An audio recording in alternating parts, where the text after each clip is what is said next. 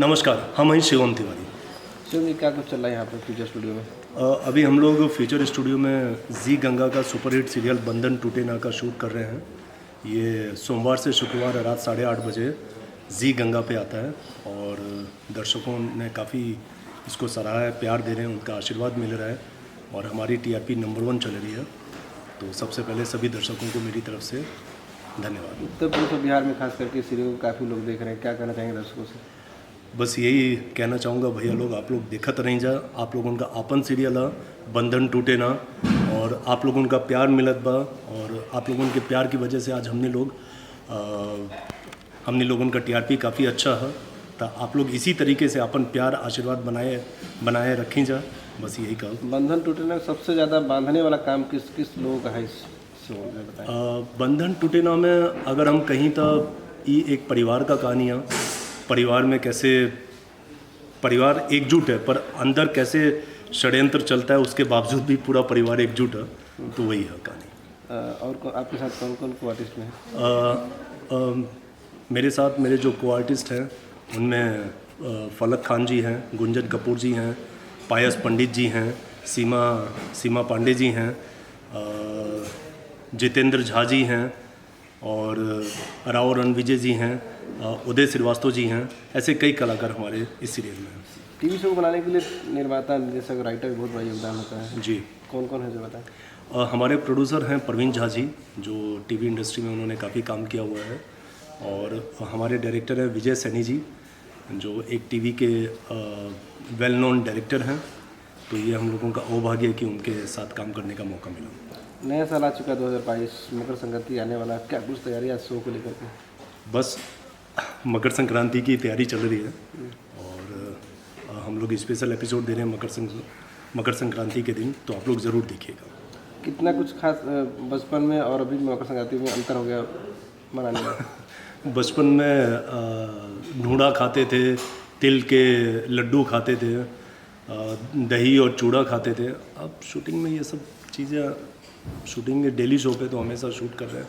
Let's see, hope for the best. हमारी producer साहिबा वहाँ पे बैठी हुई हैं, तो होप भाभी जी हमें दही और चूड़ा खिलाएंगे और तिल के लड्डू खिलाएंगी। गाजर का हलवा भी खिलाएंगे? गाजर का हलवा तो अभी हम लोग खाए।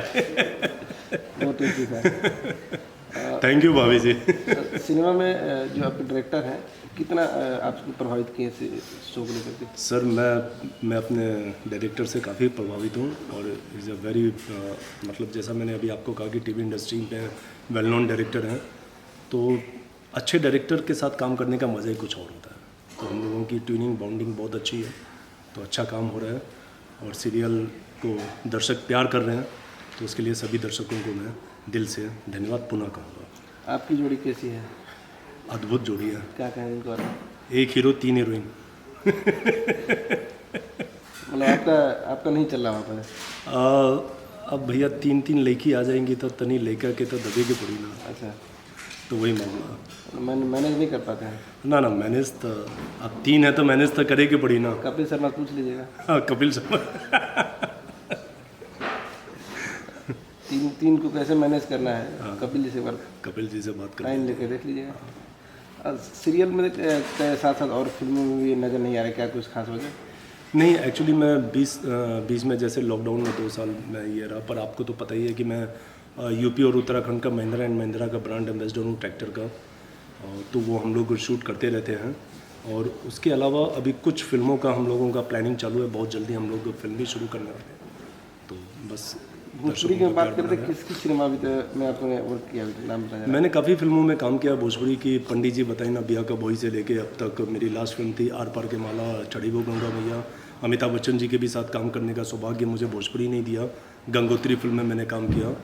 तो मैंने कई फिल्में भोजपुरी में, पहली बार मिस वर्ल्ड युक्ता मुखी जी भी मेरे अपोजिट ही आई उदित नारायण जी की फिल्म में। तो कई फिल्मों में मैंने भोजपुरी में काम किया और उम्मीद करता हूँ कि आगे भी करता रहूँगा। भोजपुरी देखा जाता है आज में गाने को लेकर बहुत ज़्यादा एक्टिव है, सबसे ज़्यादा गाने आजकल आ रहे हैं मार्केट में, तो इस पर कुछ आपके भी कुछ नए गाने आने के कुछ चांसेस हैं? भैया हम गायक नहीं कि हम कलाकार हैं, जो गाना गाते हैं वो गाते हैं ना वीडियो कुछ ना, हम कुछ ज़्यादातर जो सिंगर नहीं वो भी सिंगर बन गए हैं, उनको कुछ कहना चाहेंगे? अब जिसने भी उनको ज्ञान दिया है सिंगर बनने के लिए वही लोग कहें तो ज़्यादा अच्छा है, हमका ज्ञान नहीं। आदमी अगर गलत फहमी का शिकार है तो उसको कहना चाहिए कि भैया विश ऑल द बेस्ट, गलत फहमी में रहे और ही क्या। और जो आज की डेट में गाने आ रहे हैं, आपको क्या उस पर कुछ कटाक्ष बोलना चाहेंगे? देखिए हम लोगों का बचपना, जब हम बचपन में थे उस समय फिल्में आती थी, गंगा मैया के ऊपर काफ़ी अच्छी अच्छी फिल्में आती थी। और बट आजकल जो हैं सब चल रहा है, एल्बमों ने भोजपुरी का थोड़ा सा बंटाधार भी किया हुआ है। मैं तो यही कहूँगा कि भोजपुरी बोला जाता है तो भोजपुरी शब्द के साथ परिवार का संस्कार सामने आता है। जो पूरे दुनिया में जो भोजपुरी कल्चर है वो एक अद्भुत कल्चर है। तो जहाँ भोजपुरी का शब्द आता है तो वो संस्कार संस्कृति सामने आती है। बस उसी को मद्देनज़र रख के जितने हमारे सिंगर भाई हैं जो ढूंढी और चोली और चुनरी पे अटके हुए हैं वो थोड़ा बाहर निकल के संस्कार पे भी गाना बनाए तो ज़्यादा अच्छा होगा। और लेटेस्ट में पवन खेसारी की कोई गाना सुना आपने? पवन जी मेरे बहुत अच्छे मित्र हैं, खेसारी भाई भी अच्छे मित्र हैं, अच्छा गाना गाते हैं। तो फिर कैसे चलेगा गाड़ी, कुछ तो बताइए।